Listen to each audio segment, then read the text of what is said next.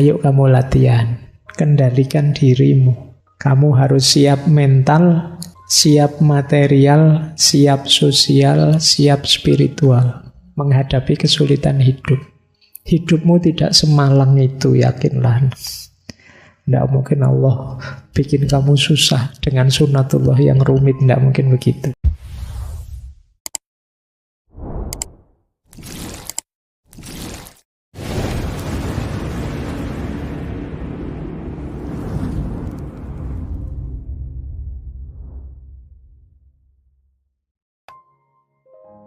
Assalamualaikum warahmatullahi wabarakatuh. Bismillahirrahmanirrahim. Coba kita cek, ini hukum-hukum yang diambil dari Murphy's Law, pengembangan-pengembangan. Saya tidak bisa nulis semua karena banyak. Ini saya ambil beberapa yang mungkin relate dengan kita. Ada law yang bunyinya begini, engkau akan selalu menemukan sesuatu di tempat terakhir yang engkau tengok. Arlojimu hilang misalnya, wah, kamu cari kemana-mana, ketemunya di tempat terakhir yang kau tengok. Mbok ya sejak tadi ke situ, tapi kan enggak. Kamu harus muter dulu, kemana-mana dulu, baru ketemu di situ. Kadang-kadang ketika kamu mencari, itu kan enggak pernah begitu kamu cari, begitu kamu ketemu, kan enggak.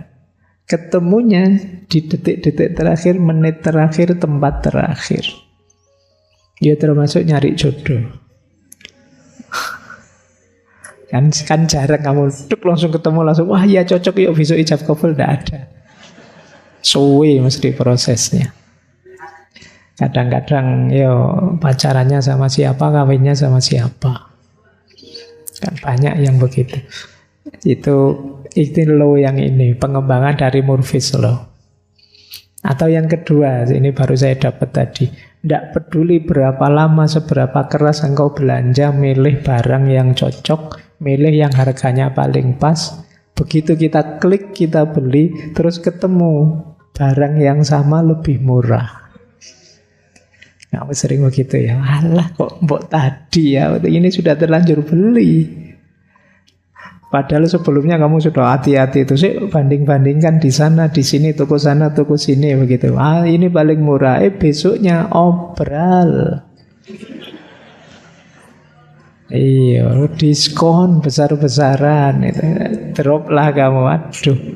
Oh iya, sudah mati-matian malah obral. Atau yang ketiga, ini sebenarnya hukum lalu lintas. Jalur lain selalu lebih cepat. Bayangkan kamu macet ya, apalagi yang bawa mobil itu macet. Oh, kok jalur sebelah itu lancar terus ya. Terus kamu pindah ke sebelah. Alah, sini yang sekarang lancar. Jadi jalur lain kok selalu lebih cepat kok. Ini ilusi gaya Murphy. Atau belanja, kamu sering belanja yang bayarnya ngantri itu pakai troli itu. Ngantri ke sini banyak, sana banyak. Terus kamu, sana kelihatannya sedikit lebih cepat, kamu belok ke sana. Loh kok sini yang tak tinggal tadi malah cepat. Kamu balik sini lagi, sana lebih cepat lagi. Kamu bingung akhirnya. Karena dalam pikiranmu, ya yang jalur lain selalu lebih cepat. Jadi ada kan yang akhirnya kamu paling lama sendiri tuh, kamu bolak-balik dari antrian sana pindah antrian sini, pindah lagi ke situ ya wis. Yang lain sudah keluar semua, kamu pindah-pindah antrian terus. Jadi jalur lain rasanya lebih cepat. Ini sebenarnya model Murphy's Law. Kamu merasa jadi orang yang paling malang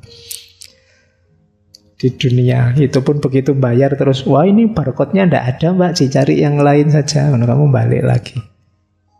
Nah, ada lagi yang keempat. Jika ada alat rusak, terus diperlihatkan pada tukang reparasi, biasanya terus begitu kamu demokan di depan tukangnya, lancar. Nanti tukangnya pulang, error lagi. Dadak ngundang lagi, bayari lagi. Jadi mungkin keran di kamar mandimu macet misalnya. Wah ini tidak bisa kita manggil tukang. Begitu manggil tukang, ini lupa macet. Begitu kamu buka, lancar airnya. HP mungkin juga begitu, kamu bawa ke servisan, ini tidak bisa dipecet. Begitu sampai depan servisan, lu bisa dipecet. Nanti kamu bawa lagi, error lagi. Nah, ini ilusi modern Murphy's Law. Ya termasuk itu. Jika engkau memberitahu atasanmu bahwa engkau terlambat bekerja karena banmu kempes, biasanya besok kempes beneran. Padahal semula bohong. Itu permainan pikiran kita kadang-kadang begitu. Saya pernah ngalami pengalaman pahit sekali. Pulang dari dulu ada namanya desa binaan. Saya punya desa binaan jauh di daerah Kulon Progo yang naik ke atas itu. Pengajiannya seperti ini habis sisa, tapi kan selesainya sih jam 10:30. Cuma kan jauh lewat hutan-hutan. Jadi pas tengah hutan itu jam-jam 12 lebih sedikit.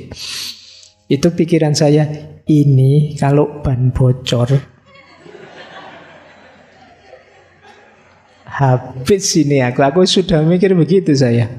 Ternyata ndak ada 10 menit setelahnya motornya goyang yut yut yut. Beneran bocor sudah di tengah hutan, tengah malam. Itu pikiran itu kan ampuh. Kalau begitu kita berpikir negatif, kejadian lah. Nggak usah tanya cerita selanjutnya bagaimana. Itu oke ya. Yang penting bisa kamu bayangkan lah ya. Karena gelapnya di tengah hutan, tengah malam. Oke, ini gaya Murphy's Law. Hidup itu ternyata ketemu pahitnya saja, negatifnya saja. Saya baca lagi ada law yang menarik. Setelah tanganmu kena minyak banyak, hidungmu gatel. Mbok ya tadi pas tangan bersih, hidung gatel. Ini baru lagi udik-udik apa? Wah, hidung gatel itu. Jadi kadang-kadang kita akan begitu. Mbok ya tadi gatelnya jadi tinggal langsung garuk. Karena tanganmu sudah banyak uli, banyak kena, yang masak juga banyak kena minyak. Ya selesai ya. Harus ke kamar mandi dulu, cuci tangan dulu, terus baru garuk hidung. Nanti kerja lagi, gatel lagi. Ya sudah. Nah itu yang ya kayak sini ya, kayak kita ngaji itu kadang-kadang saya ketika belum mulai ngaji tidak batuk, tapi begitu mulai ngaji batuk. Nah, ini Murphy's Law. Nah, ada lagi law yang unik. Alat apapun yang kamu pakai, kalau dia jatuh, biasanya gelindingnya ke sudut yang paling sulit engkau jangkau. Jatuh deket sini aja kan tidak apa-apa. Misalnya kamu lagi makan gitu di meja, jatuh ke bawah meja, itu pun biasanya nggak cuma jatuh yang bisa dijangkau terus masuk, kamu tidak harus ndodok-ndodok ngambil. Ini namanya Murphy's Law. Mesti masuk ke sudut yang susah. Padahal enak saja kan bisa. Ada lagi hukum yang begini. Kalau engkau salah pencet, salah nomor, itu biasanya sinyalnya lancar, jadi orangnya jawab. Ini siapa? Udah kok lancar. Tapi kalau yang nomor benar kadang-kadang sinyalnya seret.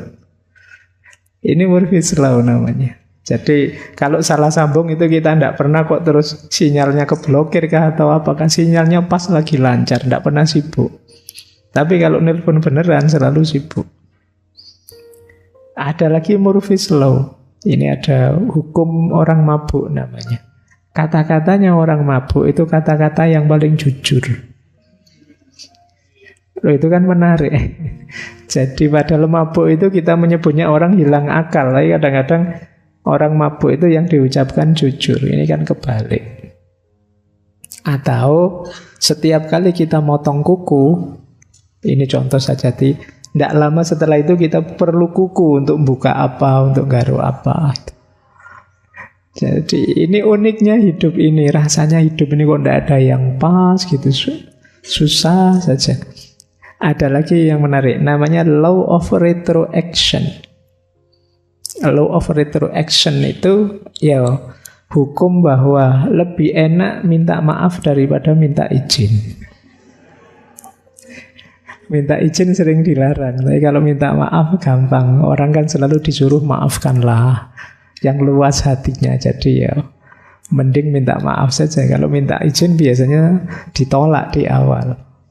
Pak minta izin ya Pak, saya mau ndak masuk kuliah. Loh ndak bisa, kamu harus masuk. Ya sudah, bolos wae nanti minta maaf ya Pak, saya kemarin ndak bisa masuk karena ada halangan ini. Biasanya orang justru lebih longgar. Nanti ada airplane law. Airplane law itu hukum pesawat terbang. Kita itu biasanya pesawat, misalnya kita naik, yang pernah naik pesawat ya, yang belum dibayangkan saja.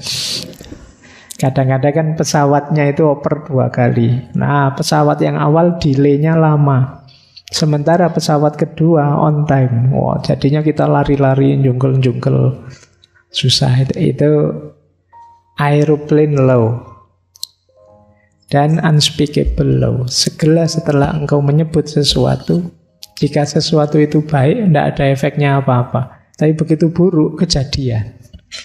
Itu seperti yang saya ceritakan tadi. Jadi, gini kalau tiba-tiba ada kopi, ada gorengan, ada enak ya. Itu kan enak, tapi tidak akan kejadian.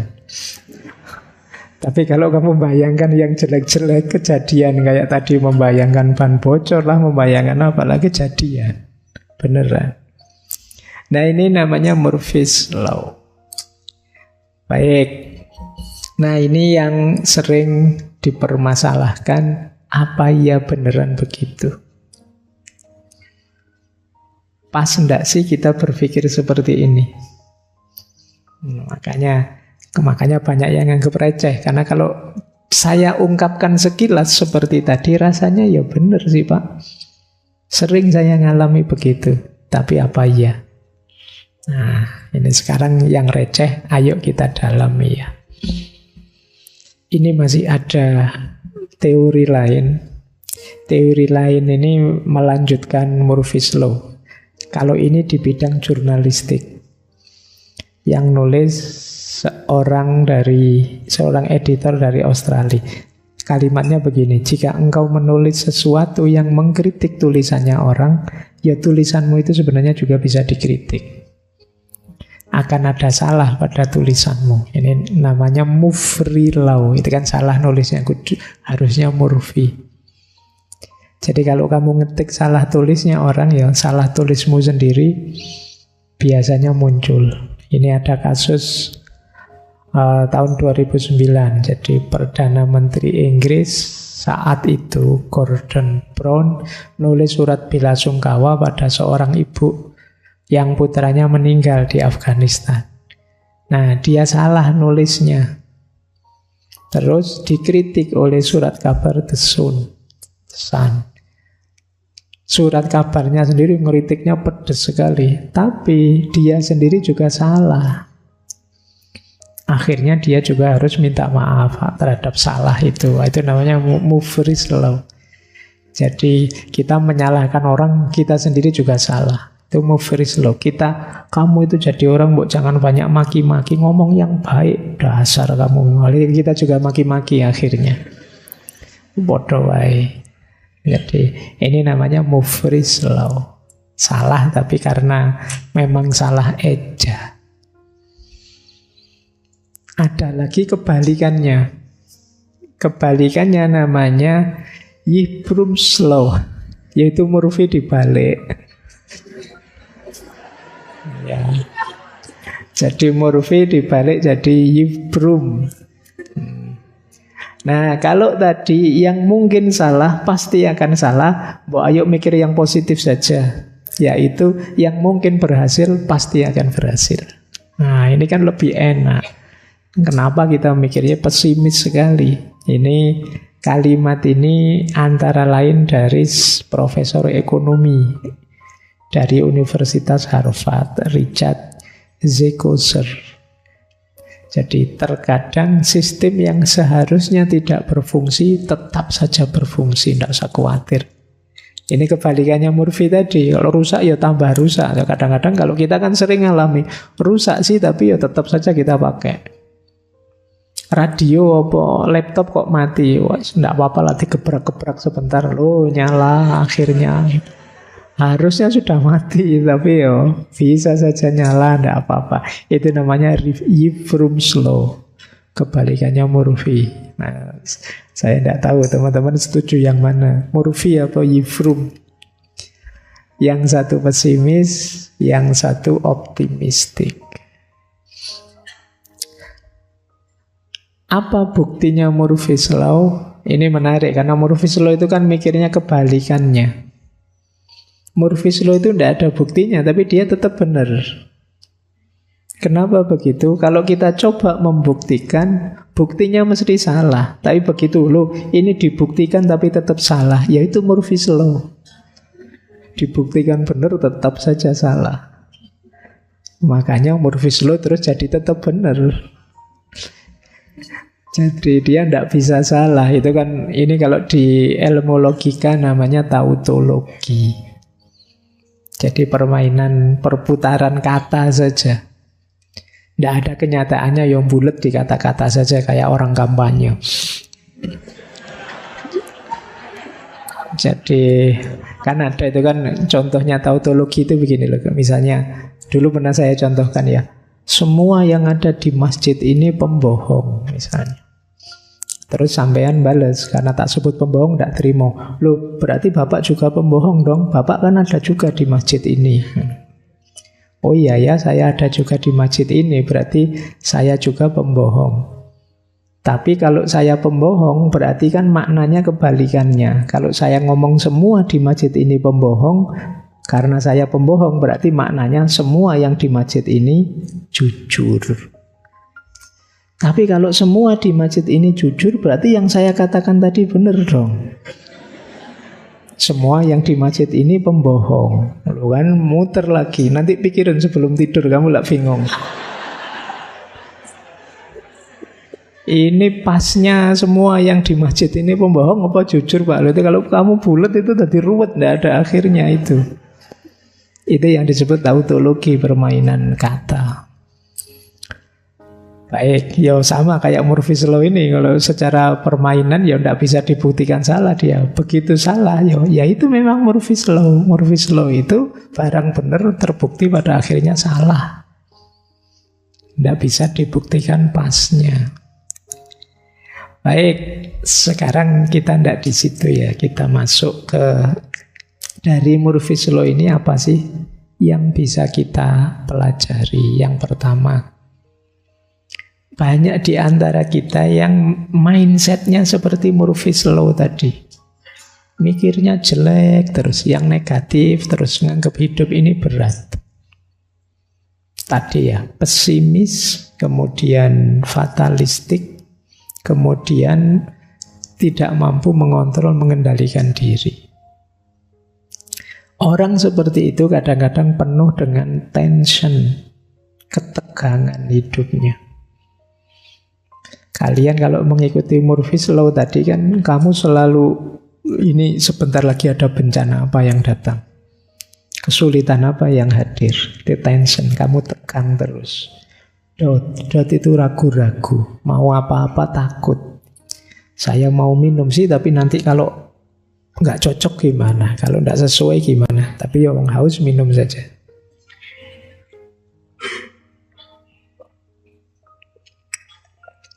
Terus cemas, ketakutan. Semoga yang ikut ngaji tidak ada yang begini-begini ya. Tegang, serba ragu-ragu, cemas, takut tanpa alasan. Mikir-mikir sendiri, takut-takut sendiri. Jangan-jangan nanti ada ini, jangan-jangan gitu. Kamu jangan-jangan sendiri dan takut sendiri.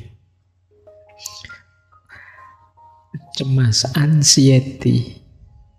Jadi sekedar pusing sedikit, jangan-jangan ini gejala stroke ini ya, jangan-jangan ngono kamu. Susah karepe dhewe. Karena mungkin itu diantara efeknya hari ini banjir informasi itu kan begitu. Jadi terlalu banyak ngerti macam-macam termasuk yang tidak penting, kamu sering mengalami anxiety, ketakutan yang tidak jelas. Wong ke atas lihat bintang kelap-kelip saja kamu ini mungkin ada aliennya lewat, ada itunya. Kalau tiba-tiba ada yang jatuh ke sini gimana ya? So mikir aneh-aneh gitu. Anxiety. Kemudian suspicion, serba curigaan. Orang curigaan itu kan apa saja dicurigai. Ini konspirasi ini mesti, ini teman-teman mesti. Nanti minggu depan kita ada tema konspirasi. agitasi, merasa diserang terus. Paranoid, parno, takut yang tidak jelas. Ada tidak di sini yang terlalu sering mendengarkan konten-konten horor misalnya terus wedi karo PDW, pikirannya mindsetnya mindset gitu semua. Nanti ada tetangganya jualan terus laku terus, wow itu pesugihan apa yang dipakai. Jadi mikirnya jadi gitu semua. Nanti ada temenmu dapat pasangan, wah itu mesti pakai pengasihan itu, wah itu pakai susu apa, itu pikiranmu ke situ-situ terus. Ada angin, wah ini penghuninya sedang menyapa ini. Wong yo kipas angin, itu kamu mikirnya aneh-aneh. Nah, kadang-kadang juga ada rasa malu. Di antara pengaruh-pengaruh negatif ini yang jadi sumber hari ini, banyak orang menyebut generasi hari ini generasi stroberi. Jadi sering rapuh, tidak tangguh. Sejak di pikirannya sudah lemah sehingga mudah kena provokasi-provokasi, termasuk mindset seperti Murphy's Law tadi. Maka yuk penting kita mulai ya mengambil hikmah pelajaran apa dari Murphy's Law. Ada yang mengkritik begini, ini saya ambilkan kritik biar kamu tidak tenggelam dalam Murphy's Law. Ada dua orang tokoh yang terang-terangan mengkritik Murphy's Law. Yang pertama Richard Dawkins. Kalian mungkin pernah dengar nama ini. Yang kedua David Hehn. David Hehn ini profesor matematika. Kalau menurut Richard Dawkins, Murphy's Law itu, ya memang kita sering merasa cocok, tapi itu kalau dalam ilmu logika namanya bias. Nah, kalian kalau baca buku Sesat Pikir dan Cacat Logika itu, ini namanya bias konfirmasi.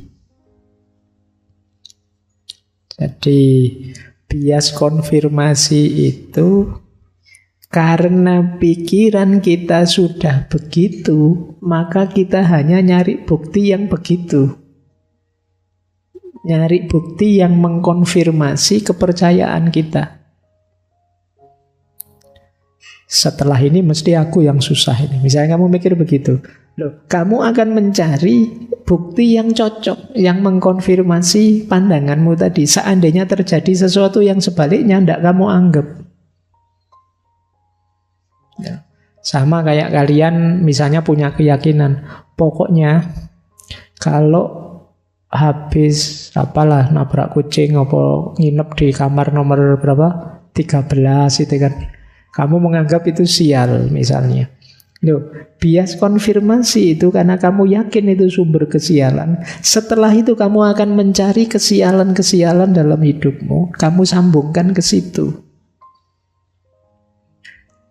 Kalau kamu ngalami enak, ndak kamu pikir ke situ. Tapi begitu kamu ndak enak, ini gara-gara kemarin habis nabrak itu mesti. Ini namanya bias konfirmasi. Bahkan mungkin peristiwanya sudah jauh. Kamu mungkin setelah nginep di kamar nomor 13 misalnya, hidupmu nyaman-nyaman saja. Tapi begitu kamu ngalami kesulitan apa 3 tahun kemudian, kamu sambungkan ke situ juga. Wah itu mungkin dulu karena saya nginep di kamar nomor 13 itu. Ya meskipun mungkin tidak ada ya banyak. Jadi ini namanya bias konfirmasi. Ya buktinya mesti saja cocok. Karena apa? Kamu cari yang begitu. Jadi yang tidak cocok tidak kamu lihat. Sama kayak kamu misalnya orang barat nganggep, wah Islam itu teroris. Bias konfirmasi itu dia akan mencari fakta, data yang mendukung pandangannya bahwa Islam teroris. Di luar itu tidak akan dia terima atau tidak akan dianggap. Loh ini loh anak-anak ngaji filsafat ini loh, tidak mikir teror sama sekali. Mikirnya Indomie, mikir gitu-gitu, dia tidak pernah mikir aneh-aneh pokoknya. Mikir tidak punya duit, mikir. Nah, tapi kan tidak dilihat, tidak mungkin jadi data. Data yang diambil sesuai dengan pandangan sebelumnya, itu namanya confirmation bias. Kita sering seperti itu sebenarnya. Jadi kita disetir oleh asumsi-asumsi kita. Banyak cara berpikir kita yang diarahkan oleh asumsi ini. Wah, pokoknya jangan nikah sama orang dari daerah sini. Orang dari daerah sini itu bla bla bla bla. Mungkin ada puluhan ratusan kelakuan dia yang tidak cocok dengan pernyataan kita tadi. Hanya 1-2 kadang-kadang muncul yang seperti itu, dan 1-2 itulah yang kita pegang. Jadi buktinya. Ini namanya confirmation bias. Kayak tadi misalnya, benda jatuh selalu di sudut yang sulit kita jangkau. Karena kita sudah yakin ini dulu, maka kalau ada benda jatuh kok mudah kita ambil, tidak kita hitung. Tapi begitu jatuhnya sulit, baru ini kita anggap, nah kan mesti sulit begini, kan mesti begitu.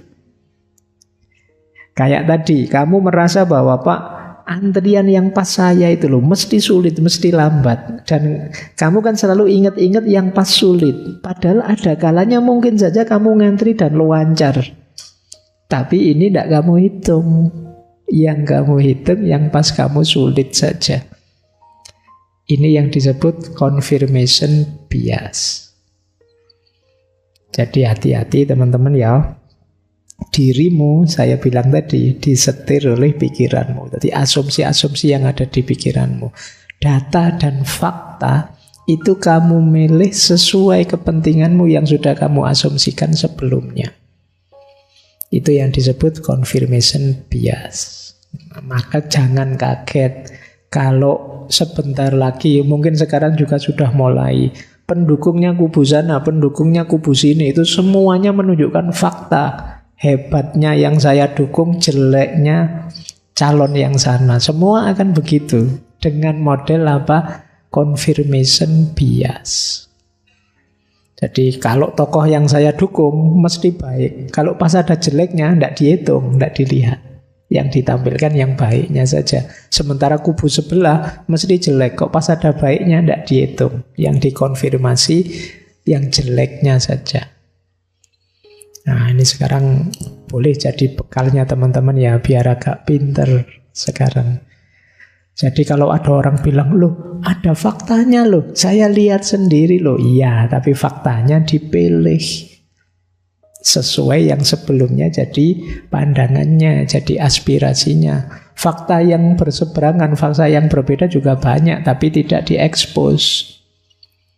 Mungkin teman-teman masih ingat ya, logikanya post-truth itu ada logika signing, priming, dan framing.